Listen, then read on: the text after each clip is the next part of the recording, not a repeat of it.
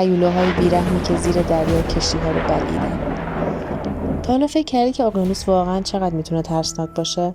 شاید همیشه توی ذهنمون اقیانوس یعنی یک دنیای آروم و پر از ماهی‌های رنگی. اما خب زیر سطح آب یه دنیای دیگه وجود داره.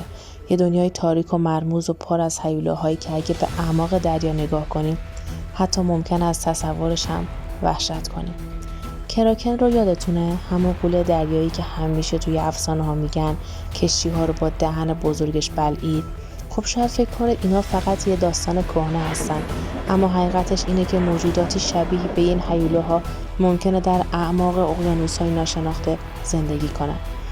کشتی‌های بزرگ توی قرن‌ها پیش بدون هیچ ردی ناپدید شدن و هیچ کس هنوز نمیدونه چه بلایی سرشون اومده.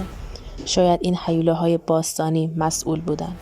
مگالودون یادتونه؟ این کوسه غولاسا که اندازش با یه اتوبوس برابری میکرد و دهنش میتونست یه کشتی رو مثل تیکه‌ای از نون بخوره. به اندازه بزرگ بود که تصورش هم سخته. مگالودون حدود 1.5 میلیون سال پیش از روی زمین رفت. اما آیا هنوز هم ممکنه یکی از این هیولاها توی اعماق دریای آزاد باشه؟ کی میدونه؟ حتی اگه در گذشته وجود داشته باشه، هنوز هیچ کس نتونسته به عمق‌های تاریک دریا بره تا بتونه یه سرنخ پیدا کنه. حالا اگه فکر میکنید همه هیولاها تموم شدن، یه نگاه بندازید به گودال ماریانا. این نقطه از دنیا عمیق‌ترین جایی که انسان‌ها هیچ وقت نتونستن به تهش برن.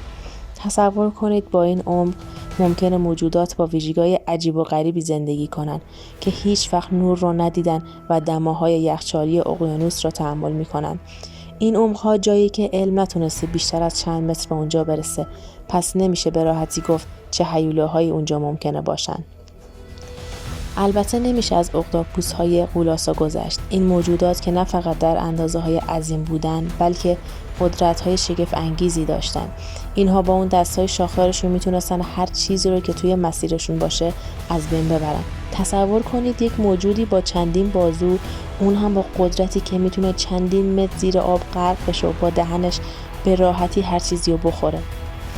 موجودات دیگه‌ای هم مثل گودالخورها یا کوسه‌های عظیم و جثه هم توی این دنیای تاریک زندگی میکنن. موجوداتی که با هر ضربشون به تومه میتونن یک کشتی رو از هم پاره کنن.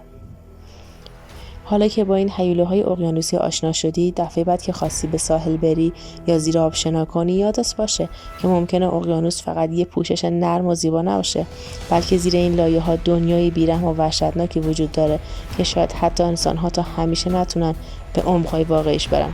پس مراقب باش، چون هیچ وقت نمیدونی یه هیولای عظیم چه زمانی میخواد تومش رو پیدا کنه.